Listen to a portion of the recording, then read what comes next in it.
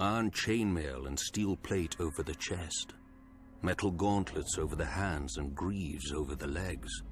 A visored helm over the skull. A knight in full armor can shrug off swords, spears, and axes, but Valyrian steel slices through his protections like so much cloth.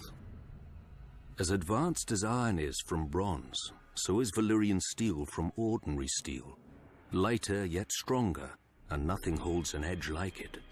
If you take a whetstone to a Valyrian blade, you'll need another whetstone, and maybe another hand to hold it. Nobody knows how the Valyrians forge their steel. Less than a handful of smiths can now even reshape it. The process, like so much of their civilization, was lost in the Doom. Many claim they wove magic spells into the molten metal and blasted it with dragonfire. When you see a Valyrian blade, smoky and dark as if drinking in the sun and rippling with 1,000 folds, you may not scoff so loudly. The Valyrian steel that exists now is all there will ever be. Some survives in the citadel with the maester's chains, where a link of Valyrian steel signifies study of the higher mysteries, whatever those are. Some drifts through the world as prize daggers and jewelry for rich merchants. I've even seen a Dothraki arakh. But much more of Valyrian steel lives on in the great houses of Westeros as their most treasured possession.